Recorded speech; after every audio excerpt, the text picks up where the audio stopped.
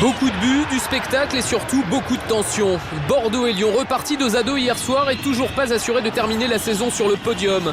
Un match nul qui n'arrange donc personne à seulement 5 journées de la fin du championnat. Personne n'est content du résultat. Je pense que Lyon ce soir n'est pas content du résultat, Bordeaux non plus. Je dirais que Bordeaux a encore plus d'amertume dans la mesure où on a mené 2 fois au score.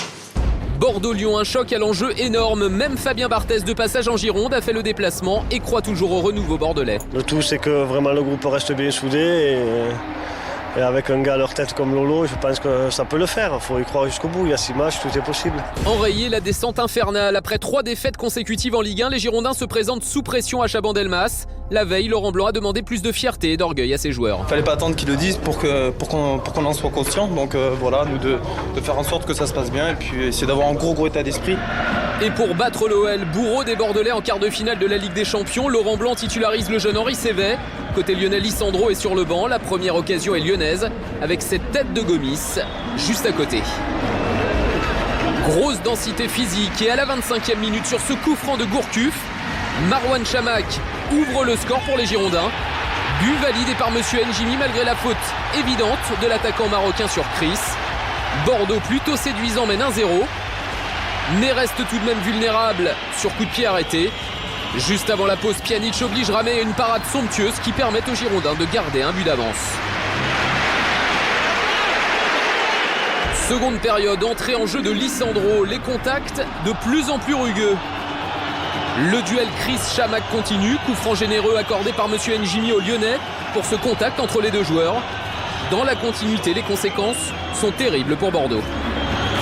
Ederson, il va crocheter, il a l'occasion de frapper, la frappe d'Ederson, elle est terrible. Quel but d'Ederson, égalisation. Un but partout, les Lyonnais au mental sont revenus dans la partie mais vont céder à nouveau 6 minutes plus tard sur ce chef-d'œuvre de Plasil.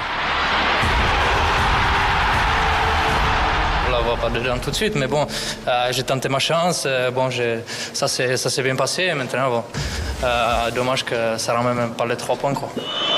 Car Bordeaux décidément retombe encore dans ses errements défensifs à un peu plus d'un quart d'heure du terme. C'est Alou Diarra qui se fait surprendre par Chris de la tête. Ramé battu, explosion de joie sur le banc de l'OL. Puel enlacé par ses joueurs.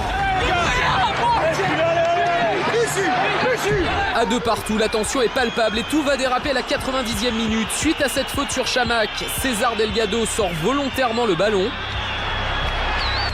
Les Bordelais effectuent la touche, mais ne rendent pas la balle à leur adversaire.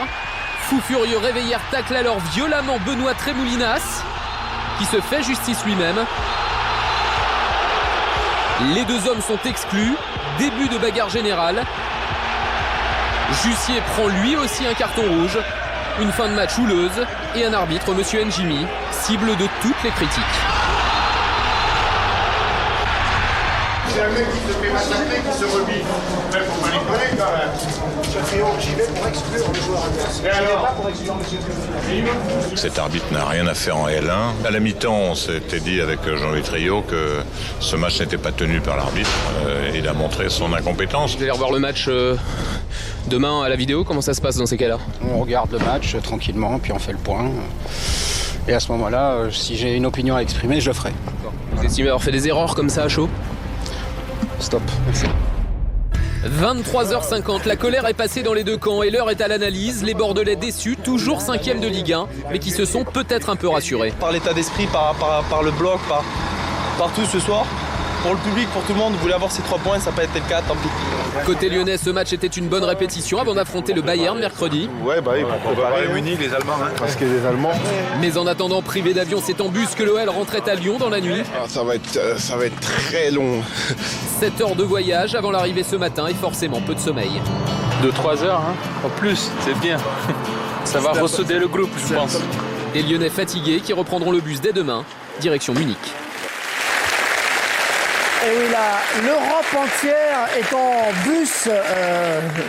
Même les footballeurs sont en bus durant tout le week-end. Je vous demande pas s'il y avait faute de Chamakh sur Chris, vous êtes tous d'accord, il y avait faute du Marocain. Bordeaux, 16e des matchs retour. Depuis les matchs retour, Bordeaux marche un rythme de 16e. Oui, très peu de créativité offensivement, toujours autant de fébrilité défensive.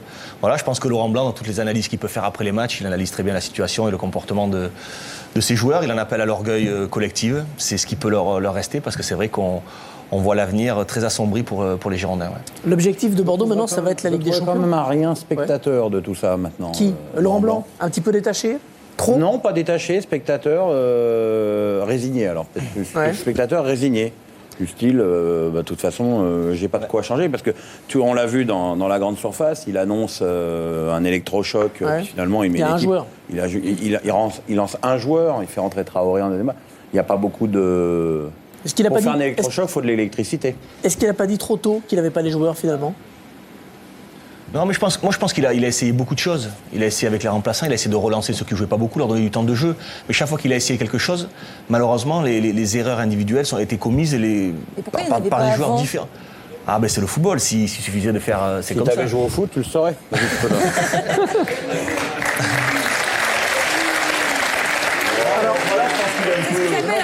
Ne l'encouragez pas. Non, je pense qu'il a essayé beaucoup de choses.